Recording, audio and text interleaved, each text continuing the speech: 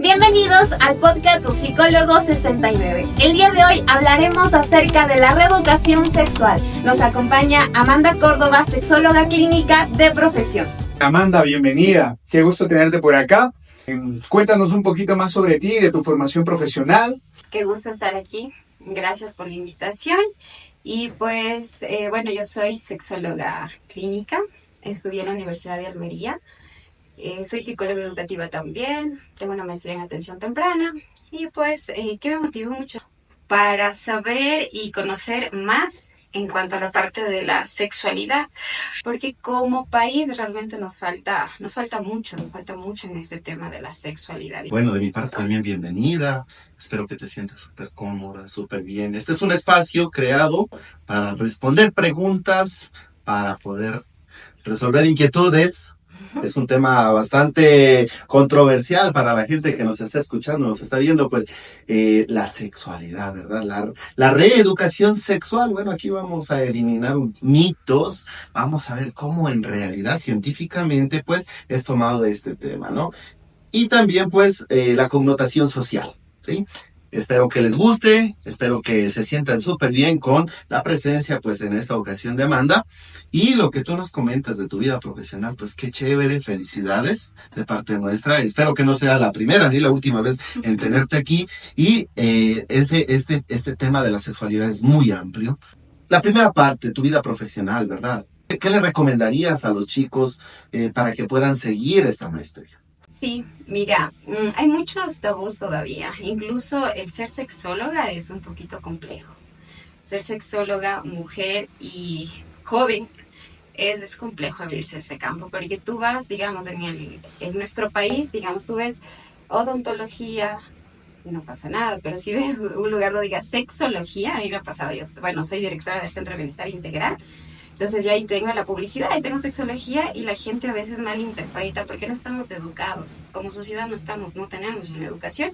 Y mira, es curioso porque tengo amigos que cuando yo estaba estudiando la maestría me decían, estás estudiando el Kama Sutra. Entonces es un poco Interesante, ¿no? O sea, de la falta de conocimiento. Entonces, y mira, lo que menos me enseñaron a mí en la maestría son posiciones sexuales. ¿Por qué? Porque solo googleas y ya está. La educación en la parte de la sexualidad, como formarte como sexóloga o sexólogo, es mucho más, va más allá, o sea, es ver la sexualidad con otro enfoque, ¿sí? Entonces, esos son los mitos de la gente, o sea, de la gente que te rodea como país, porque existe todavía una falta de información en eso. Sí, justamente podemos empezar preguntándote por qué es tan importante este tema de la educación sexual. ¿Por qué es importante desde temprana edad conocer más de esto? Ya. A ver, justamente, pues, como les mencionaba, es muy importante reeducarnos en la parte sexual. Es más difícil reeducarnos que educarnos. ¿Por qué es más difícil la reeducación? Porque tenemos que sacar todo lo que ya tenemos de información y volver a ingresar la información. Por eso es más difícil reeducarse que educarse. Entonces sí tenemos como sociedad esa responsabilidad de reeducarnos, porque como adultos somos los que estamos formando a niños también y tenemos una responsabilidad. Como padres, como profesionales, en la parte de educación también tenemos que reeducarnos, porque muchas veces la educación les damos a los niños, sobre todo, a través de nuestros prejuicios, a través de los miedos, a través de tabús, y esa es la educación que sigue, ¿no es cierto? O sea, es algo cíclico y no cambia. ¿Por qué? Porque tú educas bajo tus mitos, tus prejuicios a los niños. Ahora, en la parte de la reeducación, como les digo, empezamos como personas adultas, pues para que les llegue una información correcta a los niños. Tendríamos que empezar en la parte de la educación. Lo que pasa es que hay una mala información. Se cree que hablar de sexualidad se habla desde la adolescencia, ¿no es cierto? Pero la parte de la sexualidad lo tenemos desde que nacemos hasta que morimos, ¿sí? Y confundimos sexualidad con acto sexual. Y muchas veces lo relacionamos con penetración. Entonces es totalmente... Son tantas palabras que no se conoce y a uno le conllevan a malinterpretar, a dar un razonamiento inadecuado frente a un tema relacionado a la sexualidad. Los padres hoy por hoy, pues, mal informados, en la institución educativa, cuando les mencionan que van a hablar de sexualidad, piensan que van a mostrarles algo inadecuado a sus hijos. Pregunto, ¿la educación sexual en la institución educativa está implementada en la actualidad? ¿No está implementada? ¿Tienes conocimiento de ello? ¿Las profesoras están aptas para poder educar o reeducar a los niños? Porque ya vienen con una educación familiar también, ¿no? Con los prejuicios, como mencionas. ¿Están aptos? ¿Hay en el Ecuador algún estudio relacionado a eso? Verás, como estudio, como investigación, no se tiene hasta donde yo lo sé, ¿no? Pero lo que pasa, o sea, el problema, como te digo, o sea, se tiene que reeducar, por ejemplo, los docentes, porque muchas veces sí se da las partes, ¿no es cierto? Las partes de los órganos sexuales femeninos, masculinos, incluso ahí se comete un gran error cuando se cree y se habla de la vagina, cuando no se llama vagina en sí, se llama vulva. Vagina es el canal vaginal. Y desde ahí empezamos, ¿no es cierto?, en esta falta de información, porque se llama vulva, o sea, se tendría que llamar como vulva. ¿Y cuál es el problema? El problema es que bueno, yo trabajé en una institución educativa, tengo conocimiento en la parte de esta parte de la educación, y a veces, lo siento, pero hay docentes que sí educan en la parte sexual bajo sus mitos, sus prejuicios, incluso... Y no se abre y no se está dando una educación científica adecuada con una información que los niños necesitan. Entonces, eso es un poquito que sí deberían de ser personas que estén formadas, o sea, que estén formadas para esto, porque sí hay muchos, como te digo, prejuicios de las personas que lo dan. Entonces, para que llegue una información correcta a los niños, se lo tiene que decir tal cual como es. Ejemplo, a ver, ¿cómo se puede empezar esto de la educación a temprana edad? Primero, hablarles a los niños las partes del cuerpo como son. El nombre científico, más no el nombre tradicional, ¿no? Porque uno como papá, cuando se tiene hijos, lo primero que se le dice es, mi amor, esta es tu vaginita o este es tu pene. Correcto. Pero ahora, por ejemplo, tú me dices que el nombre científico es vulva. También mi connotación por mi educación desde niño siempre lo mantuve como vagina. Claro. Ahora, claro, para uno también es difícil.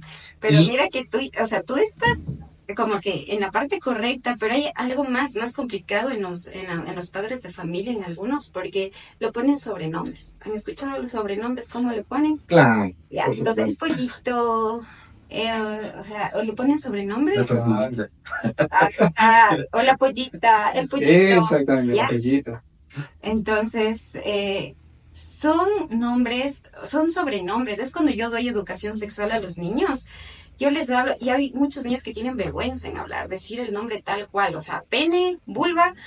Vulva no tienen tanto recelo porque es una palabra nueva para ellos. Uh-huh. Pero si digo vagina para los niños, es como que sí hay uno como que vergüenza. Yeah. Entonces, incluso hubo un caso, aquí justamente en el Ecuador, en una situación de violencia sexual, que una niña, bueno, la mamá le llamaba galleta, no sé si han escuchado ese caso, que le llamaba galleta a la vulva, y la niña, pues, en una parte del lado de la profesora le dijo que le están cogiendo la galleta. Entonces la profe no se daba cuenta porque galleta, ¿no? Entonces claro, después como que conversando con la mamá llegaron a la conclusión de que no, era pues obviamente la vulva. Y pues hicieron todo un proceso. Entonces imagínense, ese es un factor de riesgo para los niños, el no hablarlos tal cual, o sea, el nombre como es. Yo como les decía a mis niños, les decía, a ver, a la cabeza no le decimos, a ver, el coquito. No, o sea, es cabeza. Piernas, ¿y por qué a los genitales les cambiamos el nombre? La importancia, ¿no? Y justamente nos mencionabas que tu carrera profesional la incursaste en España. Ahora, acá en el Ecuador existe un tabú impresionante. ¿Tú qué comparativa tienes en cuanto al tema sexual, cómo se lo lleva en España y acá, el tabú? en general. O sea, en relación Ecuador-España. Exactamente. ¿Existe una diferencia? Sí, existe mucha diferencia. Yo he escuchado, perdón, y me gusta la pregunta, ¿no? La famosa mente abierta, que en España, pues lógicamente tienen una idea diferente a la nuestra. No sé si somos más conservadores, no sé si somos más ignorantes en el tema. Tú que tienes ese estudio desde allá, pues, ¿cómo tú le ves esa diferencia, verdad? Correcto, sí, justamente. A ver, hay bastantes, lo que pasa es que ya se dedican también, ya hacen investigación en la parte sexual. Como te digo, o sea, en Ecuador el campo de la sexualidad como sexóloga es algo nuevo todavía. Ya. Imagínense que yo, bueno, en mi TFM, para yo poder graduarme de mi maestría, hice mi tema en asistencia sexual en personas con paraplegia. Entonces fui a pueblitos a hacer entrevistas, ¿no? Justamente acerca de la asistencia sexual, pregúntales, y claro que se le explicaba en qué consiste una asistencia sexual. A lo que voy es que ahí me di cuenta que todavía la parte de psicología o el psicólogo todavía no está posicionado en esos ámbitos, en esos lugares. Imagínense lo que nos falta hasta poder llegar a aceptar tal vez sexólogo o sexóloga y de una forma abierta, o sea, que tú puedas ponerlo ahí como que o sea, ahí afuera y que la gente venga. La gente no va muchas veces por vergüenza. Entonces, esa es la gran diferencia, porque todavía tenemos vergüenza de estos temas. No trabajamos tampoco en investigación, nos falta mucho en investigación. Creo que si trabajaríamos también en investigación, avanzaríamos bastante, pero nos falta mucho trabajar, sobre todo en la parte de prevención. Entonces, en esta parte de la sexualidad es todavía... Me llamó la atención una palabra que acabas de mencionar, asistencia sexual. ¿Qué es? Mira, eso yo aprendí justamente en mi maestría con mi Ya. profesor de España. Entonces me pareció muy, muy interesante. La asistencia sexual, mira que ya lo manejan. Bueno, nos explicaba mi profe que ellos todavía no tienen legalizada la figura de asistencia sexual, pero es dirigido a personas con diversidad funcional. Y mira que también estamos bien atrasados en la parte de que todavía aquí lo llamamos como discapacidad. Discapacidad está en los reglamentos, está en la ley, discapacidad. Ujú. Y cuando yo empecé incluso a hacer, como te digo, mi TFM, mandé cartas a unos programas también igual de España, yo digo, para hablar de discapacidad y como que me corrigen, me dice, diversidad funcional. Nos quiere decir diversidad funcional, también es otro término nuevo para mí. Entonces allá llamarles discapacidad, ya, o sea, te ven ya desactualizado prácticamente. Entonces es un término que allá primero no se utiliza, mira cuánto estamos. Y diversidad funcional, la diversidad funcional cognitiva, física, visual, porque hay una variedad Claro. de diversidad. Entonces dentro de eso la asistencia sexual nos explicaban que está dirigido, me pareció muy bueno, pero también está todavía en debate, porque la asistencia sexual está dirigida solo a personas con diversidad funcional, pero tienen que pasar como una evaluación para ver si está apto o no para la asistencia sexual. Ahora, ¿qué es la asistencia sexual?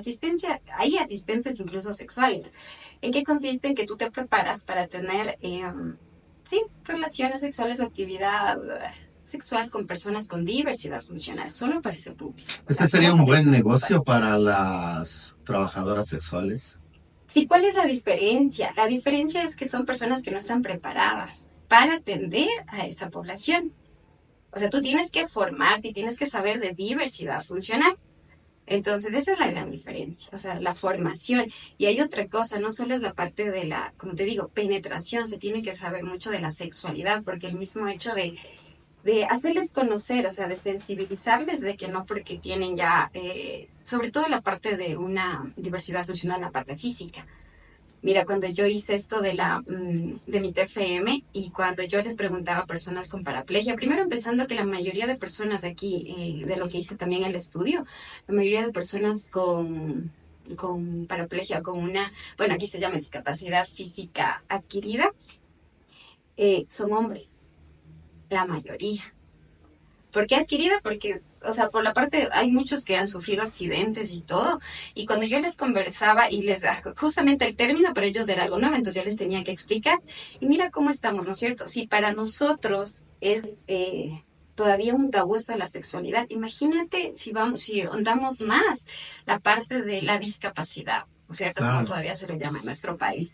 O sea, es más difícil en ellos llegar. ¿Por qué? Porque se les infantiliza muchas veces, entonces es más difícil llegar. O sea, nos falta bastante, pero creo que tenemos una gran responsabilidad de educar, pues, en el entorno en el que estamos. Cuando hablamos de asistente sexual, la figura de asistente sexual es para la diversidad funcional. Claro. Solo para ellos. Entonces, ¿qué es la parte justamente de la diversidad funcional? Para atender a personas, lo que como digo acá se llama discapacidad física, puede ser intelectual, para esas personas. O sea, no cualquiera puede tener esta figura.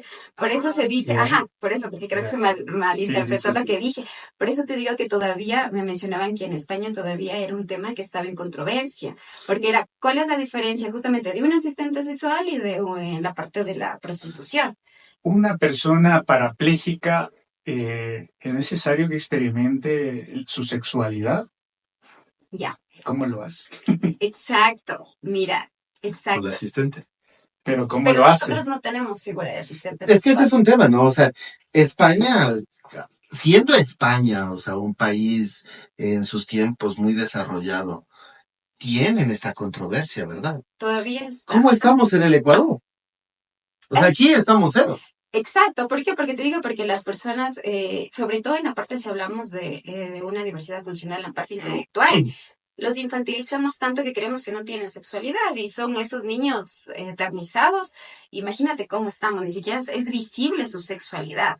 Entonces, ahora, justamente en la investigación que yo hice en la parte de paraplegia, sí tuve que un poquito sensibilizarles. Miren que tuve el caso de un señor que yo le dije, mire, estas son las preguntas, vamos a hablar de esto. Y me dijo, pero no entiendo para qué me entrevista a mí si yo ya no tengo sexualidad. Una persona con paraplegia. Entonces yo le expliqué, entonces que vamos a la parte de la reeducación. Le dije que, bueno, que la sexualidad no es solo la penetración, es todo lo que nosotros podemos sentir. Y tenemos sensibilidad desde que nos pueden hacer unos masajes, desde que si nos tocan el cuello, esa es también nuestra parte, eso es sexualidad. La sexualidad, hay una frase muy bonita de mi profe que decía, es de esa sed de piel. Él tiene un libro de sed de piel que es muy bueno, muy bueno. Y es esa sed de piel que nos llama. O sea, tenemos una sed de piel porque en nuestra educación de la sexualidad solo nos hemos enfocado en los genitales.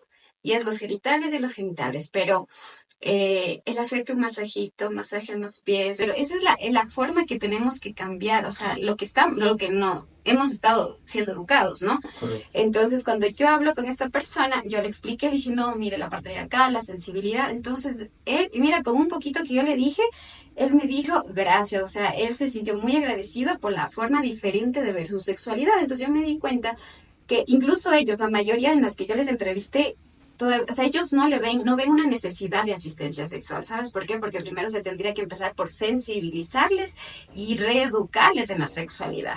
Entonces, el señor se quedó muy agradecido por la parte de la información y me dijo, gracias, porque yo pensé que ya mi sexualidad, yo ya no no ejercía la parte de la sexualidad, pero él entendió y vio otra forma de ver, pues, a la sexualidad.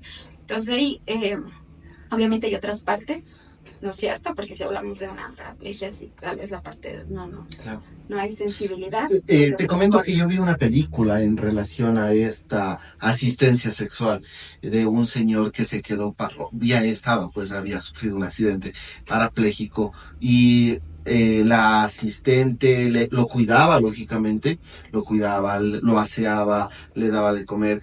Y había momentos en los que él solicitaba esta asistencia y él sentía placer únicamente que la chica le tocara sus orejitas. Uh-huh. Únicamente tocándole las orejas. Incluso podríamos decir que él llegaba a una especie de orgasmo. No sé, ¿se puede llegar a ese nivel? ¿Pueden llegar a ese nivel estas personas? Sí pueden. Lo que pasa es que, como te digo, hay que trabajar bastante en nuestro cuerpo. O sea, bueno, eso es igual. O sea, si hablamos, muchas veces se tiene una fijación en la parte del orgasmo. Entonces, digamos, solo puedo terminar con la penetración y nuestro cuerpo es como que se acostumbra. Y no exploramos toda la parte de nuestro cuerpo sin saber que podemos tener mayor placer en otras partes de nuestro cuerpo. Entonces, sí, y es otra forma de adaptarse, ¿no es cierto? O sea, es la forma de adaptarse también y muchas veces nuestro cuerpo se pone más sensible cuando lo vamos experimentando. qué chévere, Amanda. Y sabes que este tema de la sexualidad es tan amplio, ¿verdad? Es tan amplio. Yo quiero compartirte algunas preguntas que justamente compañeros, colegas que están tras de esta pantalla, mirando este podcast, Tu Psicólogo 69, eh, para resolver sus inquietudes, ¿no? Estamos para eso, Jonathan. Correcto. Y una de las controversias que tienen de nuestra sociedad educativa, nuestra sociedad en general, es sobre la represión sexual que tiene. ¿Qué es la represión sexual? Y esta, no sé, su similitud, su semejanza a, o apegada a qué está, tal vez a una represión emocional. La parte emocional juega un papel importante en este tema. ¿Nos puedes comentar, por favor? Claro, mira, es muy importante porque cuando hablamos de represión como país, ¿no es cierto? Hablamos como país, sobre todo la mujer ha tenido mucha represión en la parte sexual, ¿sí? Anteriormente, ¿cómo se le veía a la mujer? Como una persona, o sea, solo para dar placer, no para sentir placer. Y todavía lo cargamos, como mujeres todavía ese peso se podría decir, y sobre todo incluso en la parte rural de nuestro país, la situación. Imagínate que antes no se les dejaba utilizar métodos anticonceptivos. Por eso la situación de la parte de la cantidad de hijos también. Entonces veía algo malo porque tú estás para darme placer y ya Sí, está. justamente mi abuelita dice, mi hija no se cuidará porque eso es pecado. La parte espiritual está Sí. de la mano. Sí, justamente, la represión sexual en la mujer se ve desde ahí. O sea, bueno, respeto toda la parte de creencia y religión, pero lo que pasa es que en la parte de la religión solo se lo ve a la sexualidad, al acto sexual, como algo procreativo, no como algo que te genere placer. Desde ahí tenemos que cambiar, porque la sexualidad nos da placer y es algo bonito vivirlo. Y a veces, muchas veces lo tenemos incluso desde las instituciones educativas, en la parte de la educación, se habla de todo lo malo. Y es verdad, lo tienen que conocer, pero no una forma de, como que de asustarles, sino de decirles que sí, la sexualidad es algo bonito, es algo Se fomenta íntimo, bastantes que lo paradigmas. puedes hacer, exacto. Bueno, regresando a la parte de la represión, justamente de la parte de la mujer que ha tenido más de esta represión en la parte sexual, es justamente, ¿no es cierto? Porque incluso mira que desde la religión se ve todo lo que está fuera de la procreación, se ve como pecado. Ejemplo, sexo oral, sexo anal, y esto es la homosexualidad. ¿Por qué? Porque no está dirigido como para procrear, sino está para el placer. Y el placer, pues, parte como pecado. Entonces, sobre todo, la mujer ha tenido esta represión en la parte sexual. En cambio, el hombre ha tenido una represión en la parte emocional. ¿Por qué? ¿No es cierto? Porque o sea, aquí hablamos de hombre y mujer, sí, en relación a la represión ajá, sexual y emocional. sí. La mujer más a la represión sexual y el hombre más a la represión emocional. ¿De qué manera? Ejemplo, mira, ustedes han de haber escuchado que se les dice, un hombre no llora. Machito, párate, machito, ya pareces una nena. Y a veces está tan adentro en nuestro lenguaje, o sea, que lo tenemos ya, no seas una nena, incluso hasta grandes, es una forma de expresarse. Esa es la represión en la parte emocional. ¿Y qué pasa? Y mira, cuando hablamos de sexualidad, cuando tú quieres tener un vínculo ya de pareja, es difícil, pues, que mi pareja pueda ser empático, me pueda entender a veces, ¿no? Por lo general que sea cariñoso. Han tenido una represión emocional los hombres y todavía la tienen, y por eso digo que hay que reeducar a los papás, porque eso se sigue repitiendo. Imagínate, verás, para hablar de la... Sí, algo que se me vino a la mente. Oye, tú eres hombre, ¿cómo te vas a poner esa camisa rosada? A eso voy. Esa es la parte de estereotipos de género. Ya. Y hay que reeducar. Y por eso cuando yo les hablo de la sexualidad en la parte de esto de la educación, ¿no es cierto? Cuando hacen el baby shower, por lo general en nuestro país, como desde los colores, Claro. ¿no es cierto? Ahí ya va Hombrecito la parte de la azul, sexualidad. mujercita rosada. Ahí está inmerso la parte de la sexualidad. Claro. Como les digo, tenemos que sacarnos de nuestra mente que la sexualidad es la penetración. Ya. Eso no, solo eso no es la sexualidad. Hablamos desde que está en el vientre de mamá y ya compramos las cositas. Que rosado para niña, que celeste, y está instaurado. Eso es un Claro. estereotipo de género. Así es. Correcto. Incluso, mira, cómo se trabaja con los niños también en la parte de la educación es ahora los juguetes.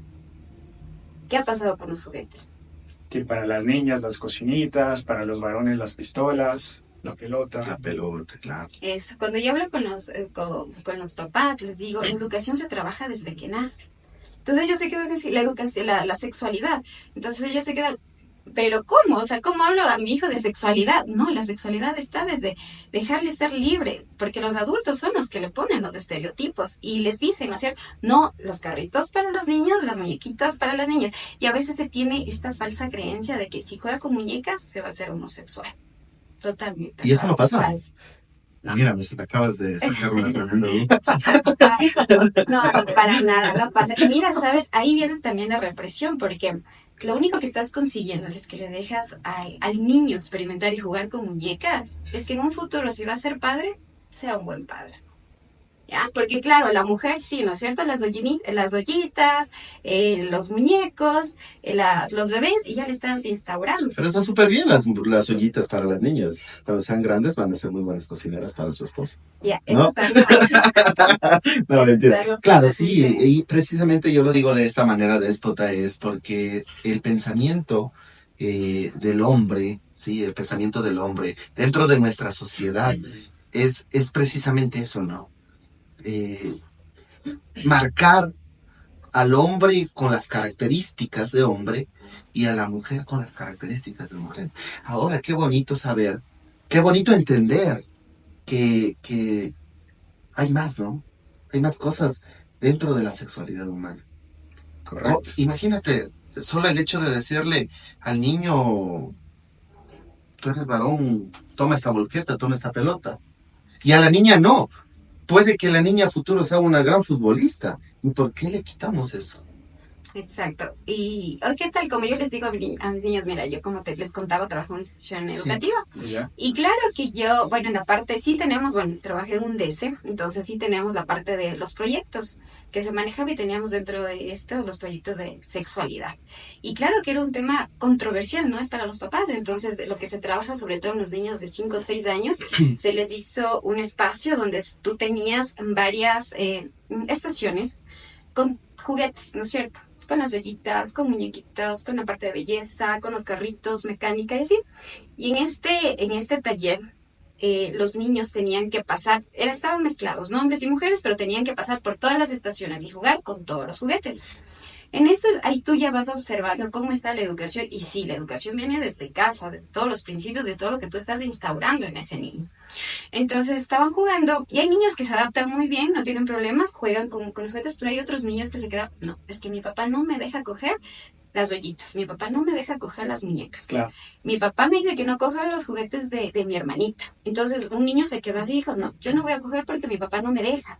Entonces, ¿cómo le estamos educando? Hasta cuando yo dije, bueno, voy a esperar tal vez alguna reacción de algún papito que me diga que yo les he hecho jugar con todo esto, pero mira que hay derechos sexuales y eso es un derecho sexual. Yo no puedo educar como profesional en base a sus mitos y creencias o sus prejuicios, porque yo soy profesional, yo soy sexólogo y yo no puedo educar bajo sus prejuicios, ¿no? De los padres. Entonces, ¿Cómo lo toman los padres de familia cuando tú hablas de esta manera? ¿Cómo lo toman las madres sabiendo que vivimos en un mundo machista aún?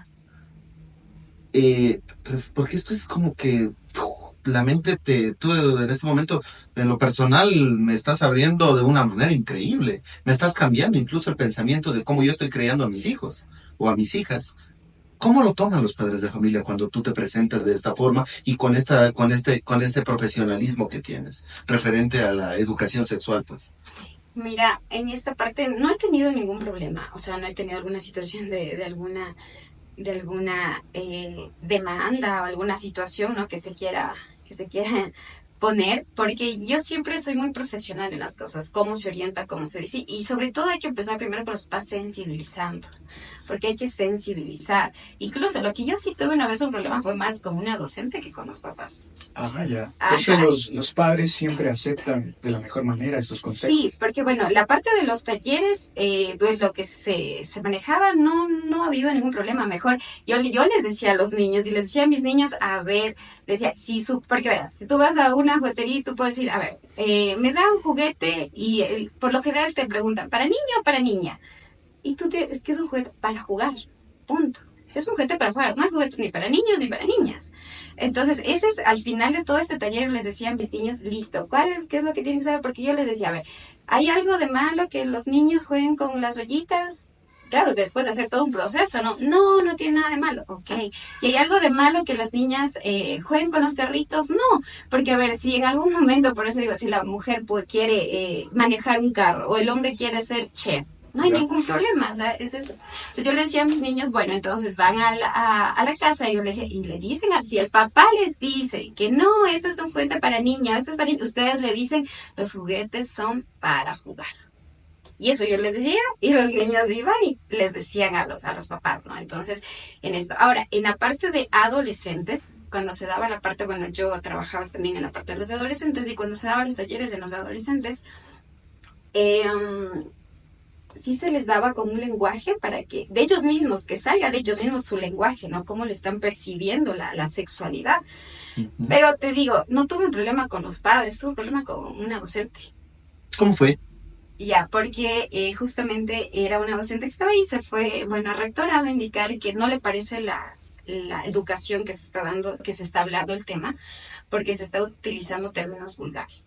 Y que no le parece, que se le está incentivando a para ella, ¿cuáles eran esos términos vulgares? Verás, lo que pasa es que ella era bajo su religión, digamos. Uh-huh. ¿Sí? Entonces, te digo, para mí hay más problemas, lo siento, pero con docentes que los mismos padres. ¿Por qué con docentes? Incluso en la parte de cuando se tenía estos talleres, ¿no? Que sí te forman, te dan talleres, y hablamos de igual de la sexualidad, y hablan de estos términos, ¿no? De la homosexualidad, bisexualidad y todo, y o sea, yo me quedé sorprendida porque yo veía a los docentes primeritos, o sea, no están sensibilizados, no están capacitados tampoco para hablar de estos temas, ni siquiera ellos. Entonces, ¿cómo yo puedo hablar con mis estudiantes de este tema? Y muchas veces se habla bajo mi prejuicio, entonces no se está teniendo una educación sexual adecuada. ¿Tú crees que esta generación ha evolucionado en este tipo de pensamiento de la sexualidad? Que tu generación, por ejemplo, de cuando eras adolescente, ¿ha habido un cambio en la manera de pensar? A ver, creo que sobre todo en la parte de la tecnología. O sea, ellos tienen mucha información por la tecnología. Hay cosas de que cuando yo hablaba con mis chicos también, saben cosas de que para su edad yo me quedo sorprendida. Entonces, ¿y por qué? Porque tienen al alcance de la tecnología. Esa es la gran diferencia, porque yo digo, cuando yo era niña, cuando era una adolescente, yo no tenía acceso al internet, no tenía celular. Entonces, esa es la gran diferencia de ahora. Y es por eso que cuando yo hablo con los padres, ellos tienen una gran responsabilidad. ¿Por qué? Porque necesitan justamente reeducarse para poder educar a sus hijos, porque tienen mucha información. Pero ahí hay un tema muy interesante, justamente el conjunto a la tecnología, que viene a ser la pornografía. Uh-huh. ¿Y tú crees que este tipo de videos o contenido que está al alcance ahora de todos, pues influye en la conducta sexual de una persona? Sí, verás, hablamos de la parte de la educación. Por lo general, la parte de la educación sexual, ¿cómo tienen información? Sí, si hablamos de cómo obtienen información, obtenemos información principalmente de la parte educativa, muy poco de la parte familiar, porque incluso todavía no se habla, y en la parte justamente de esto, de los dispositivos. Y ahora tienen más al alcance, ¿no? Alcance más de la práctica. Ahora tú hablaste de un tema muy importante que es la pornografía. Lo siento, pero la pornografía es algo esa palabrita es como que nos lleva, como tú dijiste hace rato. Acto sexual. Correcto. Es beneficioso, perjudica el hecho de que todas las plataformas tengan algo de pornografía y llegan de forma muy sutil, incluso a niños, adolescentes. O sea, ¿hasta qué nivel la tecnología es buena? Tomando en cuenta este contenido, ¿no? Que está llegando. Sí, mira.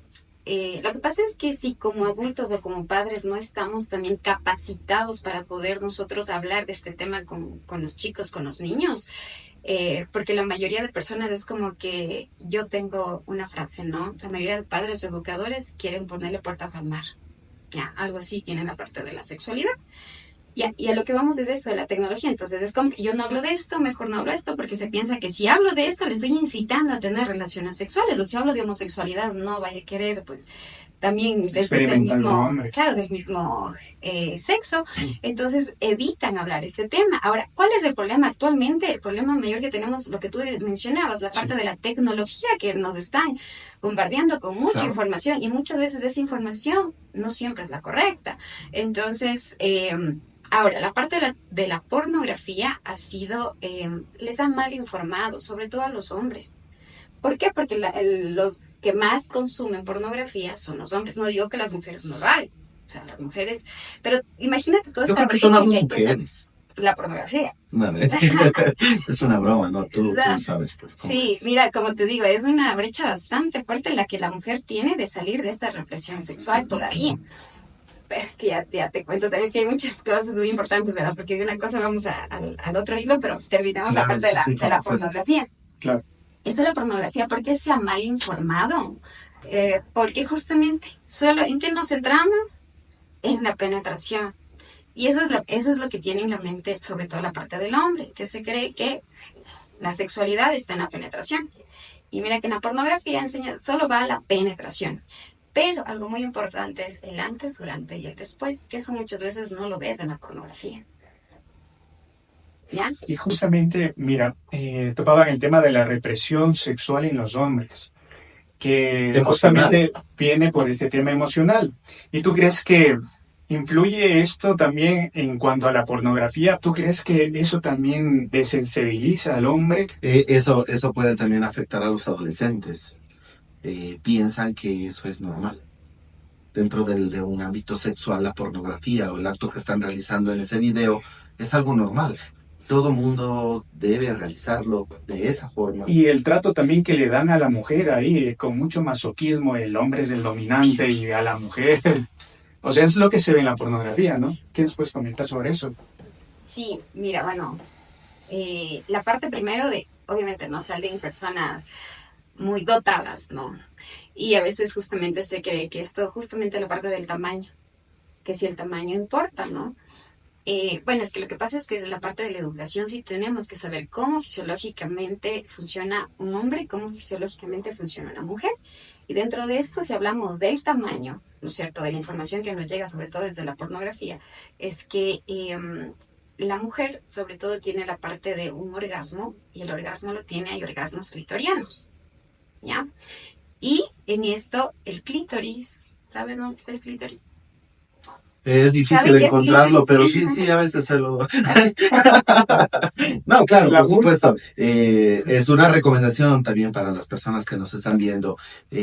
Tal vez googlear un poquito y investigar la parte genital masculina y femenina. Primero, saber sus partes como algo fundamental, como cultura general, diría yo, dentro del ámbito sexual. Acá pues nuestra querida amiga, invitada Amanda, nos está dando un poquito ese tip, ¿no? A ver, digamos, ¿no es cierto? El clítoris es la parte de la mujer donde más sensibilidad tiene, entonces donde más le genera placer. Pero el clítoris es la parte externa, está afuera, no está adentro, entonces más, o sea, el tamaño, por más grande que sea, no va a estimular el clítoris está afuera. Entonces es en la parte de, obviamente, donde tiene mayor placer, es en la parte de afuera, que es el clítoris. Ahora, antes se creía también que había un orgasmo vaginal, pero en los nuevos estudios es lo que se ve, que el clítoris tiene como dos extensiones, como dos patitas, ¿no? Que eso sí viene y conectan en el canal vaginal. Entonces, obviamente, si tú ingresas el famoso punto G, ¿no? Entonces, si, digamos, ingresan en la parte del pene, ingresa, obviamente también va a estar estimulando como que esas patitas, ¿no? Del clítoris, pero el clítoris más o menos es así, la partecita de afuera y ya tiene como que extensiones en la parte de adentro, entonces eso sí se estimula, pero en sí como que el tamaño influye, no influye.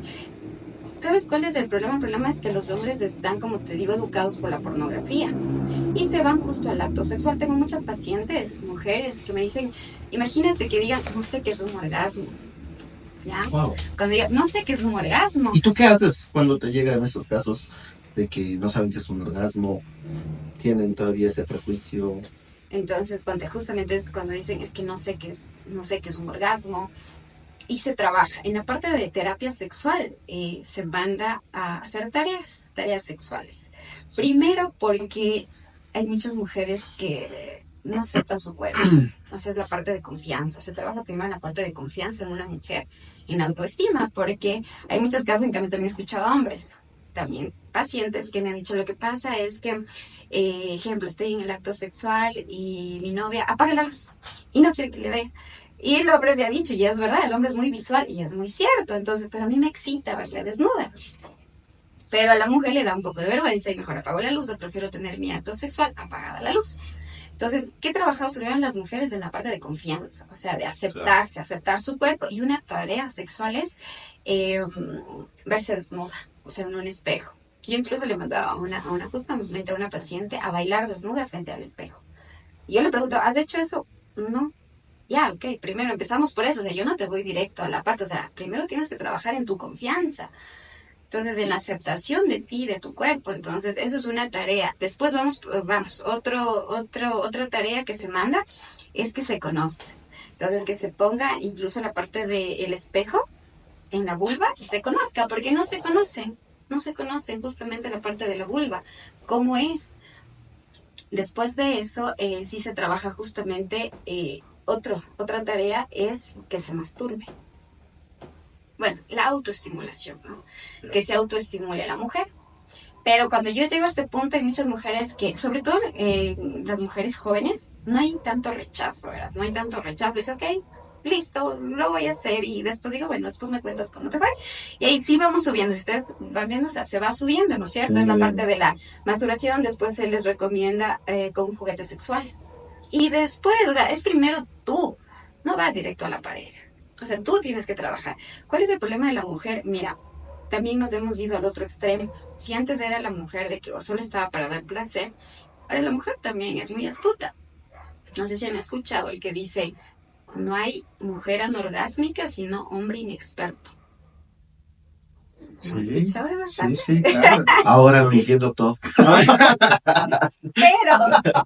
no está bien tampoco. Pero Claro. ahora, pero ¿sabes cuál es el problema? Es que la mujer se ha ido al otro extremo. A decir, bueno, es que si yo no llego al orgasmo es tu culpa. Es culpa de mi novio, de mi pareja, del hombre, porque yo no llegué al orgasmo.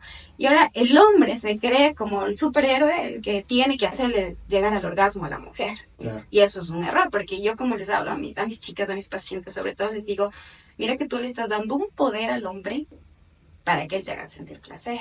Entonces no puedes dar ese poder, porque y yo le digo, a ver, si tú no te conoces, si tú no sabes qué es la parte de tu cuerpo donde más te genera placer, ¿cómo le das esa responsabilidad al hombre? Entonces la parte... No es nuestra responsabilidad. No, No al 100%, es una responsabilidad mutua, porque ya vamos a hablar justamente del antes, durante y después. Pero la parte de la parte del orgasmo, como te digo, hay mujeres que dicen, es que yo no sé qué es un orgasmo, entonces se les manda justamente a masturbarse, a autoestimularse para que ellas sepan, y ellas saben también que ellas sepan qué posición me favorece. ¿Ya? ¿Qué posición me favorece? ¿Qué movimientos incluso tengo que hacer para yo poder llegar a un orgasmo? Pero ¿cómo lo voy a saber? Masturbándome, autoestimulándome, conociéndome yo. Entonces de ahí después trabajas en pareja, pero siempre el trabajo primero es con la mujer. Pero hay mujeres, más o menos te hablo de unos 45 años para arriba que me ha tocado, y cuando yo llego al punto de autoestimularse, no, es que es pecado, es que no puedo, es que no, y se corta la terapia porque no avanzamos. Entonces es bien difícil. Porque todavía tienen esa educación tradicional, ¿no? Conservadora. Que claro, hay que respetar mucho, como lo dijiste hace rato, Amanda. Respetamos mucho las creencias, pero esto es educación sexual, esto es ciencia. No podemos nosotros continuar en una vida, discúlpenme, pero de ignorancia, ¿no?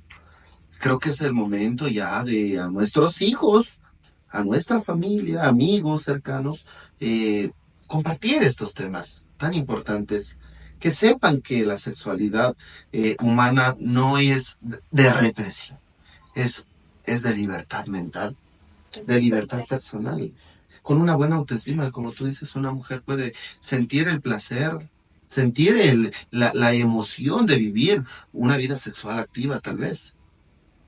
Sí, mira, justamente después, a ver, ¿con qué problema llegan a veces muchos hombres también? Es con una ansiedad de rendimiento. A veces se da esta ansiedad de rendimiento. ¿Y cuál es la ansiedad de rendimiento? Porque ahora, como te digo, se cambia el chip y se les da a los hombres como que esa responsabilidad de hacerme sentir placer. Entonces los hombres, y es que ¿y ahora qué hago? No logra, y a veces, ¿no es cierto? Se baja la parte de, de la hombría, ¿no es cierto? Porque, mira, en todos los cursos que he dado en los talleres, he tenido casos donde los hombres no se inscriben, o sea, no participan de estos talleres para que ellos puedan conocer. ¿Por qué? Porque a veces ellos piensan de que es una debilidad, o sea, si yo me inscribo, voy a algún taller que hable de sexualidad, es como que yo no sé. Y la mayoría son mujeres. Una vez yo hice un taller para parejas y yo tenía mujeres que me decían, es que mi pareja no quiere, ¿puedo ir sola? Entonces dije, bueno, tuvimos que abrirlo y separarlo y hacer general porque había muchas mujeres que me decían, mi pareja no quiere, el hombre no quiere. Por lo general es el hombre que no quiere conocer, ¿no? Y reeducarse, porque como te digo, ¿cómo está? Tengo muchas mujeres que dicen es que le duele al momento de tener, al momento de una penetración. Claro que tenemos que descartar la parte fisiológica primero, pero justamente a veces es que la mujer no lubrica. ¿No es cierto? Y como no está bien lubricada, entonces hay un dolor en la parte de la penetración. Y como yo digo, no puedes poner pues la masa si el horno no está caliente. Claro. ¿No es cierto? El pan. Entonces, ¿qué tenemos que hacer primero? Estimular. Y eso es lo que no saben los hombres y ahí enlaza la pornografía. Porque en la pornografía solo es el acto. Y los hombres se educan, solo van a la penetración. ¿No es cierto? Y si hablamos justamente de esta parte de la forma de cómo funciona el hombre fisiológicamente. Yo por eso, cuando hablo con mis pacientes en la parte de sexualidad, yo les explico la fisiología del hombre y la fisiología de la mujer, porque ni siquiera las mismas mujeres se conocen. Las mujeres no se conocen. Entonces, si hablamos, ¿no es cierto?, de esta parte de la fisiología en el acto sexual, para que el hombre llegue al orgasmo, el hombre llega al orgasmo así, ¿no es cierto? Y la mujer así, para poder llegar al orgasmo. ¿Ya? Entonces si el hombre llega, obviamente el hombre se excita más y llega más rápido, llega más rápido al orgasmo. En cambio, la mujer necesita de más tiempo. Y pues justamente para que la mujer llegue más pues al orgasmo sí necesita una parte de estimulación previa. ¿Y qué hablamos de estimulación?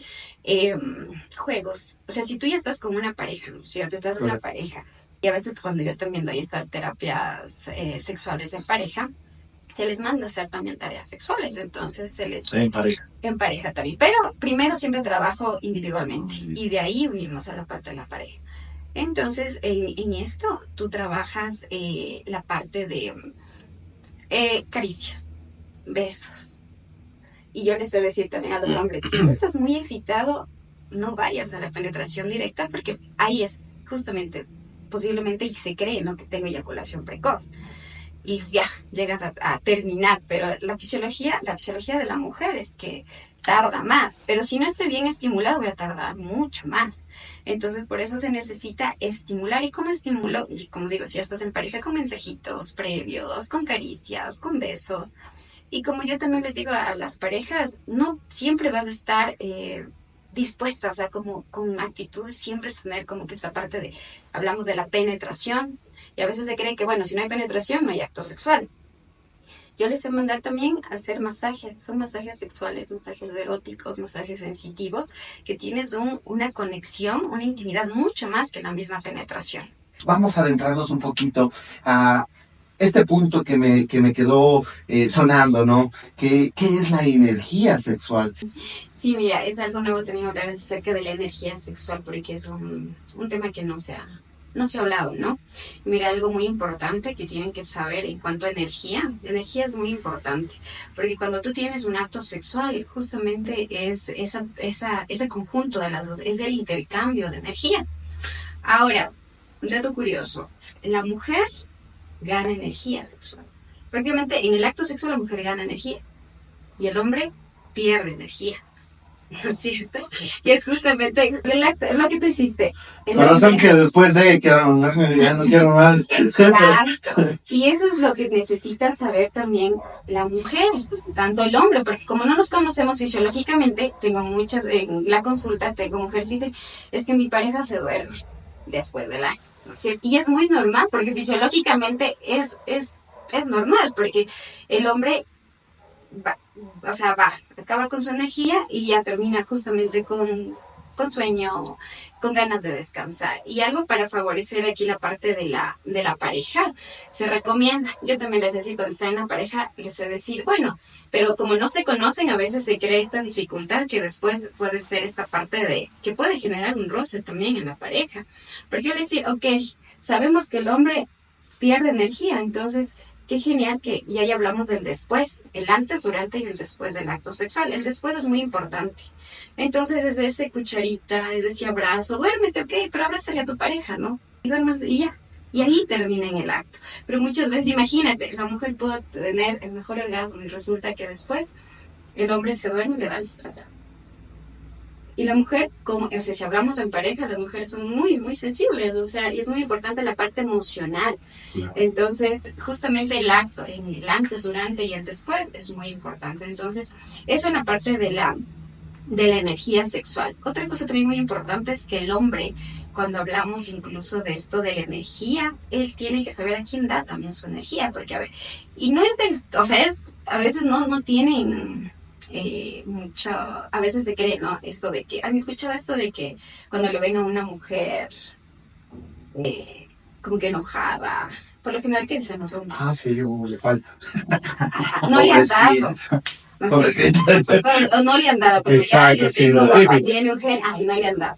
Y por eso está así. O sea, en parte sí, o sea, hay una relación porque es la parte de la energía. Como la mujer gana energía, está más activa, más sonriente. En cambio, el hombre, cuando pierde energía, sobre todo en la parte de la eyaculación, la parte, por eso digo, el hombre tiene que saber a quién da su energía, porque si esa energía está focalizada para su pareja, obviamente la energía, ¿a dónde va a ir? Directamente a él también. O sea, se va a ir, ¿no? Va a fluir directamente con tu pareja. Entonces, en la parte, miren, no sé si ustedes sabían, pero en la parte de la eyaculación, en la parte del semen, para que el semen también se regenere, necesita nutrientes. Y los nutrientes que se producen, que produce el semen, son los mismos nutrientes que van a nuestro cerebro. ¿Sobre qué va? A los hombres, ¿no? Que va al cerebro de los hombres, entonces es lo que va alimentando el cerebro del hombre. Ahora, si hacemos esta relación y si el hombre está, ejemplo, hagamos de la masturbación, si el hombre está masturbándose todo el tiempo, ¿qué va a pasar? Que esos nutrientes no están llegando también a la parte de su cerebro, sino pues se está yendo. Y más o menos para que se regenere, es exacto, son 15 días. Entonces, y no está del todo, es que las funciones cognitivas, si hablamos también en la parte educativa, imagínense en adolescentes también que están masturbando todo el tiempo, no se está alimentando el cerebro. Entonces las funciones cognitivas bajan. No sé si han escuchado esto también, que a los deportistas tienen que hacer concentraciones y les concentran y a veces les prohíben el acto sexual. Sí, por eso esto, porque necesitan todas las funciones cognitivas al máximo. Entonces, esto es lo que genera también la parte, eso es la parte de la energía y la parte después de la eyaculación. Qué interesante. Bien, claro, se me vino a la mente algo un poco gracioso, ¿no? Si quieres tener buenas notas, no te masturbes. Bueno, son de broma, ¿no? Pero qué interesante, ¿sabes? O sea, yo en mi vida había escuchado y me dejaste anonadado en realidad. Ahora entiendo por qué tenía tantas malas notas. Pero eso se puede influye, ¿no? Influye. No, algo importante aquí, frente a las preguntas que nos realizan nuestros seguidores, el intercambio de la energía sexual que tú nos mencionas. Nos vamos a otra pregunta que se enlaza a esto. ¿Las mujeres fingen los orgasmos? Sí, no, es una inquietud que tienen. Es una pregunta que todo el mundo se hace, ¿no? Sí, verás, en lo que yo tengo en consulta y en los talleres también que yo he hecho, sí, las mujeres sí fingen orgasmos. ¿Ya? Sí han fingido orgasmos, se finge orgasmos. ¿Y por qué? En todo esto de los que yo he preguntado también a las mujeres, y algunas mujeres fingen porque ya les parece tedioso el acto sexual. Y no es del todo cierto que mientras más dure un acto sexual es mucho mejor. O sea, si la mujer ya llega al orgasmo y el hombre está como digo, en el bombeo, ya suele ser hasta cansón, cansa a la mujer y hasta doloroso. Entonces, alguna mujer me ha dicho, no, he fingido porque quiero que se acabe el acto sexual. Entonces, porque ya no quiero, porque hay veces incluso, mira, si hablamos del multiorgasmo, ¿ya? La mujer sí es multiorgásmica. Sí, la mujer es multiorgásmica. ¿Todas? Puede ser multiorgásmica. O sea, la mujer fisiológicamente, lo que pasa es que si hablamos de esto de la... ¿No es cierto? A ver, son fases. Llegamos al orgasmo y después viene la parte de la resolución. Dentro de la resolución, el hombre ya está en la parte de resolución y hasta que pueda pues volver a tener una erección, transcurre un tiempo. En cambio, la mujer si ya está dentro de ya llegó al orgasmo, puede llegar a tener otro orgasmo. Digo que todas las mujeres, o sea, eso es una parte ya fisiológica que tu cuerpo está apto. O sea, una mujer puede ser multiorgásmica y dentro de eso puede llegar 2, 3, 4 orgasmos, pero ya es la parte fisiológica también de cada mujer. Entonces, en esa parte del orgasmo, es por eso que a veces hay mujeres que me han dicho es que en cambio la pareja quiere, o sea, no solo un orgasmo, sino quiere que ya tenga 2 o 3, porque digamos, una vez logré llegar, ¿no es cierto? Porque no siempre lo logras, es el acto, o sea, simplemente se da. No es que tú digas, no, hoy voy a tener 3 orgasmos, 2 orgasmos, o sea, no, es algo que se da en el acto. Entonces, ahí se menciona que cuando ya estás en este acto, tu pareja es como que ya se acostumbra a que llegues 2 o 3 y no se siente desvalorizado en el acto, ¿no? Entonces hay mujeres que me han dicho, no, es que yo ya sí logro llegar al primer orgasmo, pero mi pareja se acostumbraba a que yo sea multiorgásmica y a veces yo finjo los 2 orgasmos siguientes. Entonces eso es otra forma también en la parte de motivos tal vez por lo que se finge un orgasmo. Entonces, Por no hacerlo sentir mal al novio. eso es principalmente Finge, a la ¿verdad? pareja. Claro, está muy bien, está muy bien. Pero, ¿cuál es el problema? Es que obviamente le estás diciendo al hombre que siga haciendo lo mismo. Entonces es la falta de comunicación, porque el hombre piensa que está bien. Entonces, al momento va a seguir esto, o sea, va a seguir la misma dinámica y nada va a cambiar. Y la mujer, por lo general, va a fingir el orgasmo para no hacerle sentir mal al hombre. Entonces, ahí también es bueno trabajar la parte de comunicación y de explicarle, ¿no? Y decir y hablar. Claro. Súper interesante. Súper interesante. Y bueno, ahora mismo tenemos unas preguntas que el público nos ha brindado. Bueno, nos dicen sobre la utilización del condón. Quita el placer, aumenta el placer, no sé, pierdes la sensibilidad como tal. Ya, mira, lo que pasa es que esto del condón, hay veces que se escucha por lo general el hombre, ¿no? Que no les gusta utilizar el condón porque se pierde sensibilidad. Y es falso. El problema es que como si hablamos y encadenamos a la parte de la pornografía que hablamos anteriormente, si tú ves la pornografía no es que cogen y se cuidan y abren un condón y se lo colocan, o sea, simplemente va al acto. Entonces, como yo digo, lastimosamente la mayoría de personas han sido educadas en base a la pornografía y esas son las consecuencias en adultos, ¿no? Ahora. Entonces, no se pierde la sensibilidad, es la parte de que es el disfrute, sí, es otra forma, pues es una forma también para cuidarnos, entonces... Más seguro. Sí, es una forma segura también. Y mira que ahí está hablando también del condón. Hay muchos prejuicios también.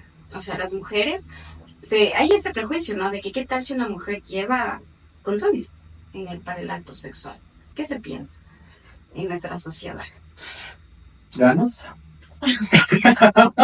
Pero ya tiene bastante experiencia. Claro, esa es una idea hasta cierto punto tradicionalista, conservadora, y que nuestros papás incluso nos han enseñado así, ¿no? De que verás, mijita, tú cuando te cases tienes que experimentar tu primera relación sexual. Virgen hasta el matrimonio. Ahora yo veo las señoritas, como mencionábamos hace rato, la tecnología incluye, ¿no?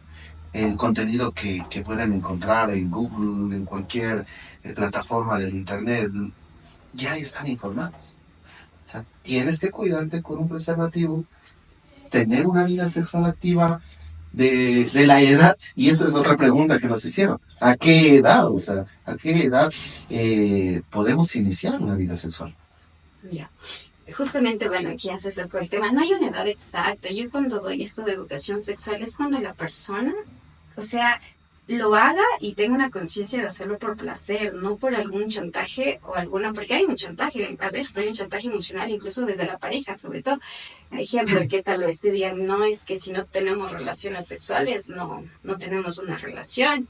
O te mandan mensajitos así como que implícitos en la parte de que una vez una chica no me contaba y me decía, es que mi novio me dice que con la ex tenía todo el tiempo las relaciones sexuales. Ah, mira el mensaje que te estoy dando. O sea, con mi ex yo tenía todo el tiempo, pero ella decía, yo no he tenido mi primer acto sexual, entonces me da miedo. Y yo le decía, es que yo no te voy a decir, ¿sabes qué? Tenga a los 15, a los 16, a los 17, tú tienes que estar preparado. Pero mira, para una educación sexual tenemos que trabajar en prevención, no solo en información. Y cuando yo doy esto, o sea, ¿cómo trabajas en prevención para saber a qué edad? Porque tú tienes que estar, o sea, tú tienes que estar primero convencido, saber que vas a hacer un acto, es un acto de la sexualidad, es algo placentero, que que lo vas a disfrutar. Y tú tienes que saber el momento que lo vas a hacer y que lo vas a disfrutar. ¿Por qué? Porque muchas veces, y indicarles a los chicos, ¿no es cierto?, que la sexualidad no solo está en la penetración, en explorarse todo el cuerpo, en los masajes, en lo que tú puedas sentir también, que te haga sentir, es decir, en toda la piel. Entonces, y hablar de ellos también en la parte de las relaciones de pareja. Por eso te digo, es muy difícil decirte a esta edad se inicia, porque cada uno es diferente y la madurez que lleva desde antes. Sobre todo en esta situación de, mira, bueno, no quiero dejar también pasar esto que es muy importante, porque sí nos ha ido marcando en la parte de relaciones de pareja, sobre todo la mujer. Mira, antes, no sé si ustedes se acuerdan las novelas que pasaban. ¿Cómo terminaban las novelas? Los finales felices, en que te casas y tienes una bonita familia y así es por siempre. Mira, ajá. Final feliz, ¿no? Y el final era como que te instauraban la parte de que se casan. O sea, llegas y tu meta es casarte, porque yo me acuerdo en las novelas, en mi niñez, era que se casaban y ahí aparecía el fin. Claro. ¿Ya? Y ese era tu objetivo de vida, como el casarte, y ahí tienes la felicidad plena. Pero mira, algo muy, muy, muy importante es que ahí recién empieza la parte de la pareja. ¿No es cierto? O sea, es en la convivencia. Entonces, imagínate instaurar esto en los niños. Ya, claro que ahora las novelas han cambiado la parte del formato, ahora se usa más esto de las series, han cambiado bastante, pero yo te hablo de mi generación, de lo que yo sí he visto y se veía las novelas, incluso los cuentos. ¿Qué daño han hecho los cuentos anteriores? ¿De qué era el cuento, sobre todo, para de las princesas, conocen al príncipe azul y fueron felices por siempre? Casas. Y mira el mensaje que sobre todo le das a una mujer, porque era la parte de la represión, el hecho de que necesitas un hombre, ¿cierto?, que te salve. Ya, que te dé el beso, te salva y necesitas un hombre para que te rescate y que puedas ser feliz. Ese es el mensaje que se les daba a las niñas. Y mira, el problema, ¿no? Ahora como adultos es la situación que que se ha impuesto en la parte de tener como que la pareja. Entonces creas estas falsas expectativas en una pareja. Y si hablamos de sexualidad, ahí está la sexualidad. Eso también es sexualidad. Sí, entonces sí tenemos mucha responsabilidad en el contenido que ven los niños, los adolescentes, porque también se les está educando y se les está formando. No le podemos, como yo digo, no podemos tapar el sol con un dedo, pero sí podemos orientarles a eso. O sea, si están viendo algo, podemos orientarles en lo que están viendo, pues para que no se instaure esa idea. Es por eso que ahora, sobre todo muchas mujeres se tiene el problema, ¿no? El hecho de idealizar una pareja, idealizar una relación. Entonces, se trabaja desde las edades tempranas, de lo que observan y de lo que ven los niños y los adolescentes. Perfecto, Amanda, muchas gracias por ese contexto que nos das. Pero tenemos otra gran recomendación para los padres, ¿no?, de familia, porque imagínate, no solamente es el hecho de que me va a servir a mí como esposo, sino como padre, como madre, ¿verdad? Correcto. Sí, y justamente tenemos más preguntas. Una de ellas dice, ¿pasado los 50 años se pierde ese deseo sexual? Mira, es una falsa creencia, como te digo. Lo que nosotros asociamos sexualidad es como que damos información cuando entra la adolescencia. Y tenemos que recordar que la sexualidad lo tenemos desde que nacemos hasta que morimos. Lo que sí pasa, obviamente, que nuestro cuerpo fisiológicamente ya no funciona como antes. Pero eso no quiere decir que has perdido tu deseo, esta parte de sexualidad. No, sí tiene. Lo que pasa es que ese es el problema. Siguen viendo la parte genital. Entonces la mujer ya no va a tener una buena lubricación y el hombre no va a tener una buena erección. Entonces, pero si todavía seguimos con la educación del pene, la vagina, que es la parte de genitalidad y de los genitales, que asociamos genitalidad con la parte sexual, tenemos problemas, obviamente, cuando llegas a edades adultas, porque ya no vas a tener el mismo funcionamiento. Pero como les decía, esta parte de la piel, el explorarse, el sentir, es muy, muy, muy beneficioso. Entonces, es falso. Tenemos sexualidad a lo largo de toda nuestra vida y deseo. Bueno, gracias Amanda. Tenemos otra pregunta más. ¿El tomar alcohol o emborracharse garantiza tener una mayor experiencia sexual?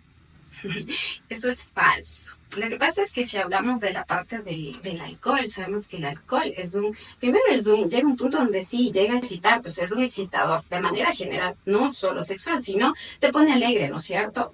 Tú estás alegre, estás feliz, pero llega un punto en que si rebasas esa parte de que esa euforia que tienes, llega a ser un punto depresor. Entonces llega a ser depresor, porque la gente a veces, se han visto, termina llorando. Entonces está alegre, sí, te excita, pero te da euforia y después pues llega la parte de la depresión. Entonces, ahora, si esto lo relacionamos a la parte sexual, para el hombre no es beneficioso. ¿Y por qué posiblemente el hombre dura más tal vez ingiriendo alcohol?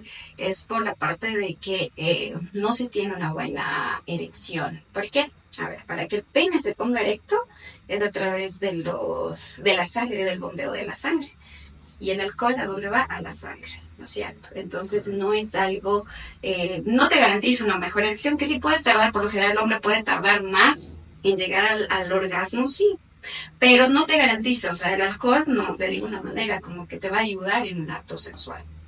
El alcohol no es un buen amigo para tener relaciones sexuales. No, porque puede pasar igual muchas cosas, muchas cosas también dentro de eso. Muy bien, muy bien.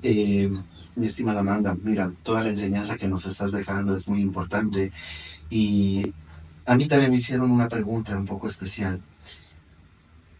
El hecho de masturbarse, tú ya lo mencionaste hace rato, en definitiva, ¿es bueno o es malo para la salud? Bueno, si hablamos de salud, como hablábamos de la parte del hombre, ¿no? Sobre todo en la parte de la eyaculación por el semen, hablamos de que sí, disminuye toda la parte de tus funciones cognitivas que tengas. Ahora, para la mujer, en cambio, hay que trabajar en esta autoestimulación. Las mujeres, como hablábamos anteriormente, que necesitamos que la mujer se conozca. Porque si la mujer no se conoce y no se masturba, no se autoestimula, no se explora, no va a saber cómo ella obtiene placer. Entonces, como yo ya hemos hablado anteriormente también, no le vamos a dar esa responsabilidad a la pareja o al hombre. Entonces, malo no es que causa alguna enfermedad. Para el hombre sí le baja un poco la parte del funcionamiento en la parte cognitiva, si lo hace frecuentemente. Y la mujer, pues como tarea sexual, se manda a la mujer a masturbarse. Ya.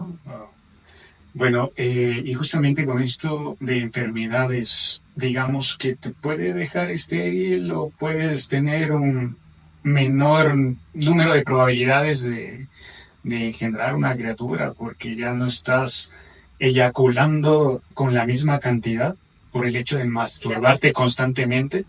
No, eso no. Lo que sí puede, lo que pasa es que en la parte, la calidad de semen sí influye, pero la calidad de semen es a medida de los años. A veces se cree, ¿no es cierto?, que el hombre puede tener hijos a cualquier edad, pero la calidad de semen igual no es por la edad, más no por la cantidad de masturbación o de lo que te masturbes, tal vez no, baja eso, no, sino es más por la parte de calidad, por la edad. Puede ser adictivo. Sí, puede llegar a una adicción. Como cualquier cosa puede ser adictivo. O sea, si tú lo llevas todo el tiempo, ¿no es cierto? Y cuando se puede ver si es una adicción es cuando te está afectando ya otras áreas, la parte familiar o la parte, imagínate, a ver, un ejemplo. ¿Cuándo puede ser? Obviamente, está tu pareja ahí y te masturbas. Vas y te masturbas, ¿no es cierto? O tienes que ir a trabajar y en vez de ir a trabajar te estás masturbando, ¿eh? Podemos decir que es algo adictivo, pero te está afectando a las otras áreas. Interesante. Influye en la vida social, ¿no? Ajá. Ahí ya podemos hablar de una adicción, según entiendo. Perfecto. Chévere. Yo tengo otra pregunta. Y esta pregunta me la acaban de hacer. Nos dice, ¿los hombres sentimos más deseo sexual que las mujeres? Ya, bueno, es igual, es un mito, ¿no? Eso es falso. Como seres humanos sí tenemos la parte de deseo.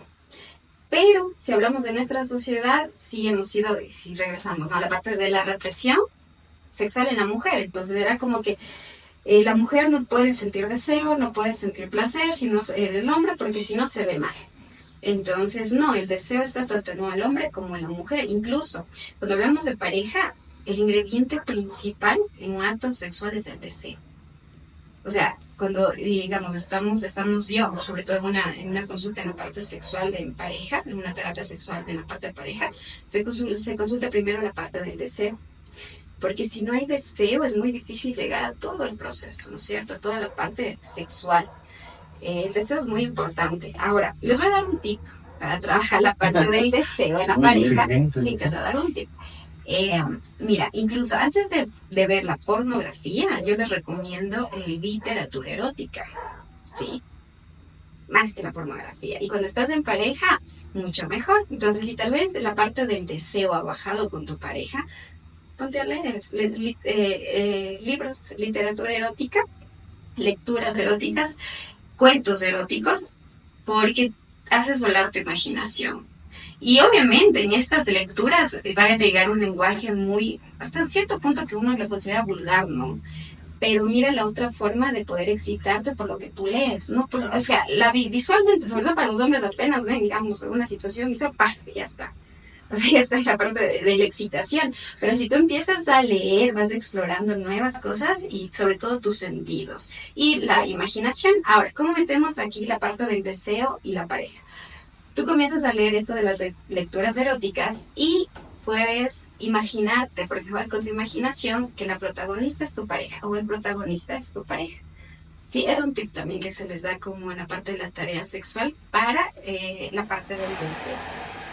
Ya, se me vino a la mente un libro, 50 sombras de literatura erótica o... Algo es parecido, ajá. O sea, es parecido, pero sí, si ustedes, bueno, la cosa es de que ustedes puedan tener esta imaginación, no solo sea la parte visual. Este es un tip que les doy para que se manda como tarea en la parte de recuperar el deseo sexual. Entonces, no digo que las películas son malas o que no hay que ver películas, no hay que ver series o no hay que ver contenido que tengan esta la parte sexual, sino a lo que voy es que vamos a enfocar nuestros sentidos a la parte de la lectura, no solo a la parte visual, o sea, a la imaginación. Para recuperar el deseo de tu pareja, tú lees la parte de otra, una lectura erótica y pones como protagonista o lo que vayan haciendo y lo que se vaya narrando a tu pareja, ¿ya? Eso es una tarea que se manda en la parte de la sexualidad. Ahora, la música también podría ser como un tip. A ver, la música sí es muy importante, pero cuando, ejemplo, en un acto sexual también, o hay otro, bueno, ahorita sacas de la música, hay otra tarea sexual también que se manda, es que sea hombre o mujer, tú pongas una música sensual. Pero ¿se acuerdan que hablamos primero tú? Entonces comienzas a bailar tú con esa música sensual, con los movimientos frente al espejo y te vayas moviendo. O sea, eso más de la parte de la música, pero de ahí como que recuperar el deseo a través de la música. Como, más bien como parte de para tener un buen acto sexual. Ajá. Jonathan. Sí, hay más información que proporcionar, lógicamente, de este tema de la sexualidad. Y pues todo esto estaremos hablando en el siguiente video junto con Amanda. Esperemos que nos acompañes. Y eso ha sido todo, ¿no? No, antes de cortar, Amanda, si quisiera, por favor, que les digas algo a tus pacientes, a los padres de tus pacientes, a las personas que están tras las cámaras y han podido escuchar toda esta temática. ¿Qué recomendaciones les darías? También quisiera que nos digas en dónde te pueden ubicar, ¿sí? Porque, lógicamente, ahorita tienen muchas ideas y quisieran una sexóloga clínica que les atienda. Y qué bueno que seas tú, ¿no? A ver, bueno, yo tengo mi consultorio en el sector de yoga. Yo también podemos dar asistencia en la parte virtual.